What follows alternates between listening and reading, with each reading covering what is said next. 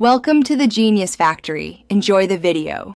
You start by gathering what matters: the Arctis one, the cable or dongle it came with, and the device you'll test on. Check firmware and OS versions because mismatches often cause mute or low gain. Write them down. Next, plug the headset into a known good phone or laptop to separate hardware from software problems. Once done, visually inspect the connector and headset jack under good light. Debris or bent pins explain many failures, so clean gently if present.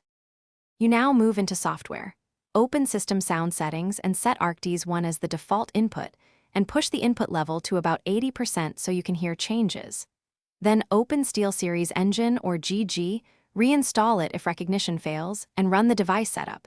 This forces correct drivers and firmware negotiation.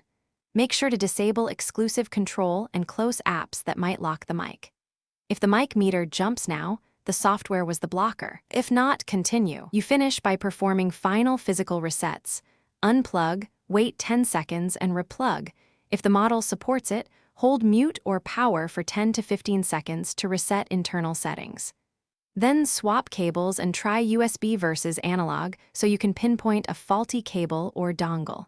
Make sure to document what you tested. If problems persist, one key troubleshooting tip: capture a short audio recording showing the issue and include device serial.